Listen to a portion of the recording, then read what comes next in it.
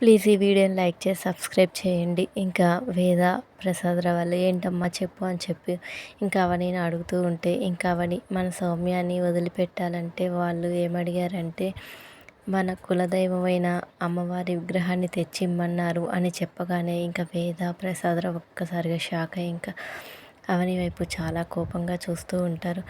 ఇంకా లావణ్య వాళ్ళు కూడా ఒక్కసారిగా షాక్ అవుతారు. అవునత్తయ్య, మన కులదైవమైన అమ్మవారి విగ్రహం మీద వాళ్ళు ఎప్పటినుంచో కన్ను ఉంది. వాళ్ళకి ఎన్నో విధాలుగా చెప్పి చూశాను, కానీ వాళ్ళు అమ్మవారి విగ్రహాన్ని అడుగుతున్నారు. విగ్రహం తీసుకువెళ్ళి ఇస్తే కానీ వాళ్ళు సౌమ్యాన్ని వదిలిపెట్టరు అత్తయ్య అని చెప్పి ఇంకా సౌమ్య రావాలంటే విగ్రహాన్ని వాళ్ళకి ఇవ్వాలి అని చెప్పి ఇంకా అవన్నీ చెప్తూ ఉంటుంది. ఇంకా ఆ మాటకి వేద చాలా కోపంగా ఇంకా అవని వైపు చూస్తూ ఉంటుంది. Thank you for watching. Please subscribe my channel.